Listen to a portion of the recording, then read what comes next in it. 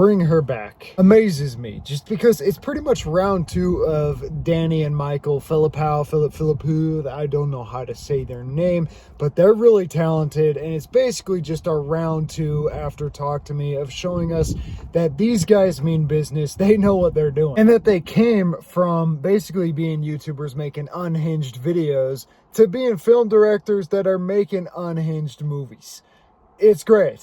Has a lot to say about the extremes that people are going to go to when they're experiencing grief on very extreme levels. You know, the types of things that people are willing to do when they're dealing with so much loss and pain. Touches on how abuse and deception can be weaponized against victims during times of hardship and difficulty. You know, during struggles, there are people in life that will sometimes do things that are very messed up, and this movie does not shy away from going into the messed up territory. Shows off some amazing effects, especially in the scenes where things become a lot more brutal. Oh gosh. There was one scene specifically, okay? This one was painful to watch. It was freaking painful. I'm not gonna spoil it, but it has to do with a cantaloupe. Those who know, know.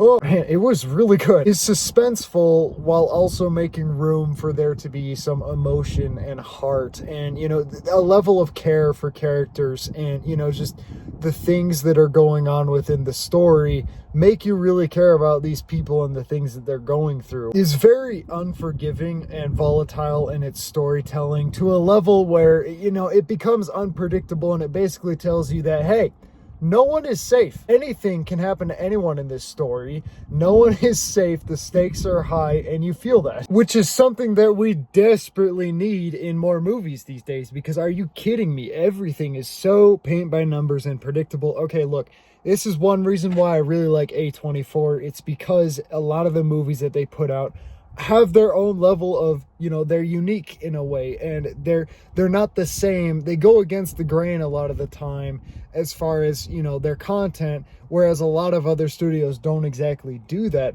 you know, and they always have some sort of flair to them in that way, especially the messed up kind of flair, which this movie has in spades. Delivers intentionally placed dialogue and, you know, just small details hidden throughout the movie that really build up to the film's climax and really contribute a lot more than you think they would by the end. It's really clever and well written. Everything was thought out. Shows that Danny and Michael really have nailed the art of letting their movies say some things, but also leaving a few things up to question, you know, leaving your mind with things to think about, not necessarily saying everything or whipping you over the head with all the information, but giving you just enough details for your brain to kind of absorb it and kind of like interpret things for yourself to an extent, while also making a story that makes sense. You know, it's very intelligently written, and I love it. Gets so brutal and messed up that it really delivers well on the gore, and, you know, alongside all the supernatural stuff, there is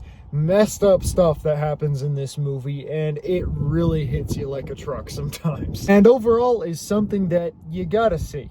You gotta see it if you're a fan of horror movies, if you're a fan of, you know, elevated horror, just anything that has deep meaning to it and is also just creepy. Anyway, that's all I gotta say.